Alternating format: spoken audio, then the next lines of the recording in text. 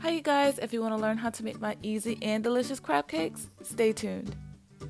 So first we're going to start off with our remoulade sauce because it needs to sit in the refrigerator for a little bit to kind of marry together. So we're going to put in some mayo, some Dijon mustard, some garlic paste, a little bit of prepared horseradish, some Old Bay seasoning, a little bit of cayenne pepper for a kick, some paprika just for color. It doesn't really give you a flavor or anything.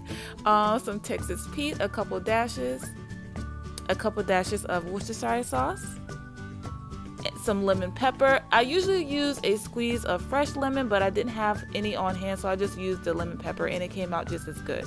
So you want to go ahead and give everything a mix. And I always encourage people to taste their food as they go, and that's exactly what you want to do here with this sauce. Taste it, adjust it to your liking, and then pop it in the refrigerator until you're ready to use it. So now we're going to move on to the crab cake. I have a little bit of mayo, some more of that Old Bay seasoning, some parsley, and 1 egg. And I'm going to mix everything together until everything is well combined.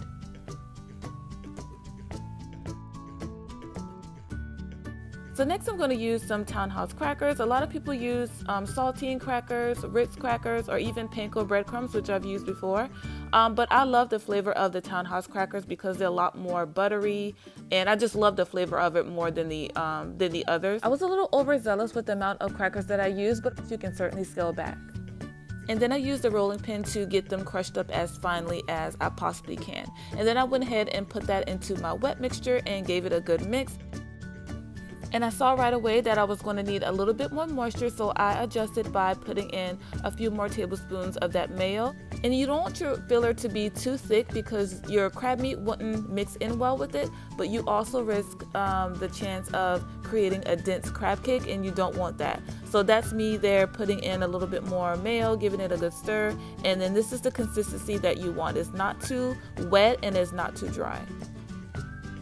So now on to the crab meat. I'm using clawed crab meat. If you have fresh crab meat, you can certainly use that. If you have lump crab meat, which is what I usually use when I make my crab cakes, you can certainly use that as well. It's funny because my store actually ran out of the lump crab because of the Super Bowl, and they only had the claw available. But dare I say, I actually like this version better.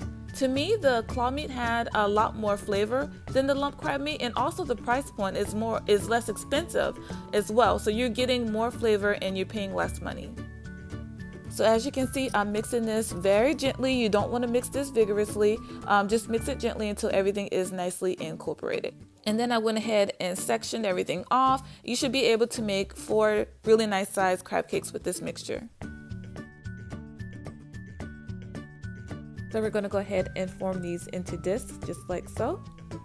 And you can see the consistency of these crab cakes. They're very, very tender. You have to handle them gently so you know that you're going to create a moist crab cake. You don't want them to be dense and compacted like a meatball.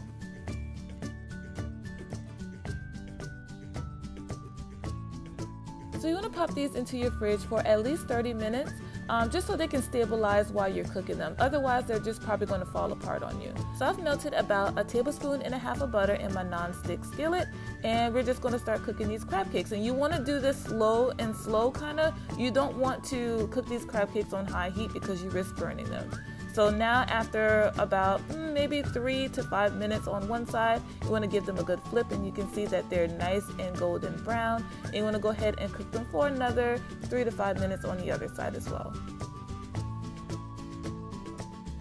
Oh my gosh, I could not wait to dig into these. They look so good. All right, so now we're going to go ahead and take them out of the pan and go ahead and serve these up. And this is how they look once they're out the pan. They look so good, nice and golden brown and delicious. So we got our remoulade that's been chilling in the refrigerator for all this time. And look, okay, chef. Okay, chef. Watch Your Food Network will have you doing all kind of stuff to your plate. All right, so this is my crab cake here. It looks delicious and it tastes even better. I hope you guys enjoyed this video. Let me know what you think in the comments below. If you give this recipe a try, I hope you love it just as much as me and my family did. And as always, I thank y'all so much for watching, and I will see y'all on the next video. Until then, bye.